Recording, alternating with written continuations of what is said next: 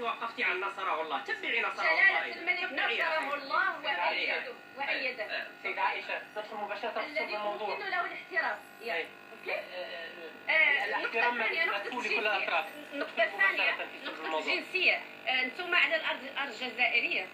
الأرض الجزائرية ما هي عطيتكم حق في شراء السكن، ما عطيتكم حق في الجنسية. الجنسية تعطيها ذوك الأشخاص اللي تعطيهم تمثيليات عنهم يمثلوا جبهة البوليساريو خارج الجزائر. أوكي.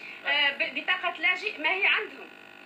أبسط مثال مساكن السويد معدلة مساكن للاجئين اللي فوق أرض هما أكثر من 10 سنين فوق الأراضي الجزائرية وما هي موفرة لهم السكن. يعني أجيبيه على مسألة عودة المغرب إلى الاتحاد الإفريقي. المغرب اضطر إلى التنازل ويقف أو يجلس جنبا إلى جنب مع الجمهورية الصحراوية. المغرب لم يتنازل لأن المغرب لم يخرج ولو دقيقة عن الاتحاد الإفريقي. المغرب كان دائما حاضرا كل دقيقة بالاتحاد الإفريقي. من خلال سياسة طبعا من خلال الدبلوماسية الملكية اللي إن شاء الله راهي ماشية بينا للأمام في قضية الصحراء. أجبني الآن سيد